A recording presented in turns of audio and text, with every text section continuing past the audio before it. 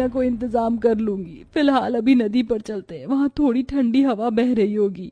निराश बेघर होकर सब नदी पर आकर बैठ जाते हैं और सब थोड़ा थोड़ा पानी पीते हैं।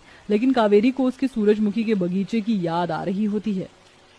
मेरा सूरजमुखी का बगीचा मुझसे अलग हो गया। काश मैं उन्हें देख पाती। माँ, मुझको प्यास लगी, मैं नदी में से पानी पी लूं? हाँ पी लो, मगर संभाल कर। तभी सुरभि का पैर नदी में फिसल जाता है और वह डूब जाती है।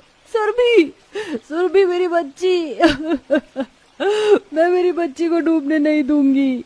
कावेरी नदी के अंदर कूदने वाली थी कि एकदम से एक जादू होता है और पूरी पानी की नदी सूरजमुखी के फूल वाली नदी बन जाती है, जिसके बीचों बीच द्वार खुल जाता है और एक फूलों वाली सीढ़ी निकल आती है, जिसे देखकर सब अचंभा करने लगती हैं। हे भगवान, ये कैसी जादुई नदी है? लगता है इसके अंदर भी लोग रहते हैं। माँ जी, पंखुड़ी, आ जाओ सब। नहीं नहीं बहू, तू मत जा, ये कोई भ्रमजाल होगा। तभी नदी के अंदर में से एक आवाज आती है। डरो नहीं, इस नदी के अंदर एक बहुत सुंदर गांव बसा हुआ है, आ जाओ। सब एक एक करके नदी के अंदर आते हैं, जहां जादुई सूरजमुखी फूल गांव बसा हुआ था, जिसे देखकर वो सब ताज्जुब करने लगते हैं। माँ, ये कैसे जादू का गांव है? यहाँ तो सब कुछ सूरजमुखी के फूलों से बना हुआ है। कावेरी और पार्वती आंखें भरकर जादुई सूरजमुखी के फूलों का गांव देखने लगती हैं, जहां सूरजमुखी के फूलों वाले सुंदर सुंदर महल जैसे घर बने हुए थे। पूरी की पूरी सड़क पर सूरजमुखी के फूल ही फूल बिछे हुए थे।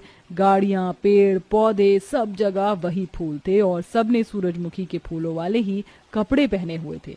फूलों पर चारों तरफ तितलियां और भंवरे मंडरा रहे थे। तभी एक भंवरा और तितली आपस में बात करते हैं। अरे ओ चिकनी चमेली तितली, तुझे क्या है? जहाँ मैं जाता हूँ वहीं चली जाती है। ये फूलों का बाग तेरा है क्या? मैंने कब कहा? ये सूरजमुखी फूलों का बगीचा तो मेरे भंवरे राजा जी का है। ज्यादा मक्खन नहीं लगाओ हमको, वरना ऐसा डंक मारेंगे कि जाके वहाँ छितरा जाओगी। यह सुनकर तितली उड़ जाती है और उन दोनों की मधुर मधुर बात सुनकर गरीब परिवार वालों का चेहरा खिलखिला सा जाता है। मम्मा, ये सूरजमुखी का फूल वाला गांव तो अपने आप में कितना सुंदर और अनोखा है। अब हम इसी में रहेंगे क्या? नहीं पंखुड़ी बिटिया, हम इस जादुई गांव में गलती से आ गए हैं, हम यहाँ नहीं रह सकते। तभी एक भविष्यवाणी होती है।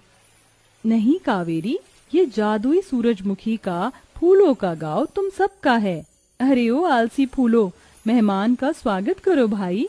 तभी गांव के आसमान से जादुई सूरजमुखी के फूलों की बारिश बरसाते हुए उनका स्वागत करती है।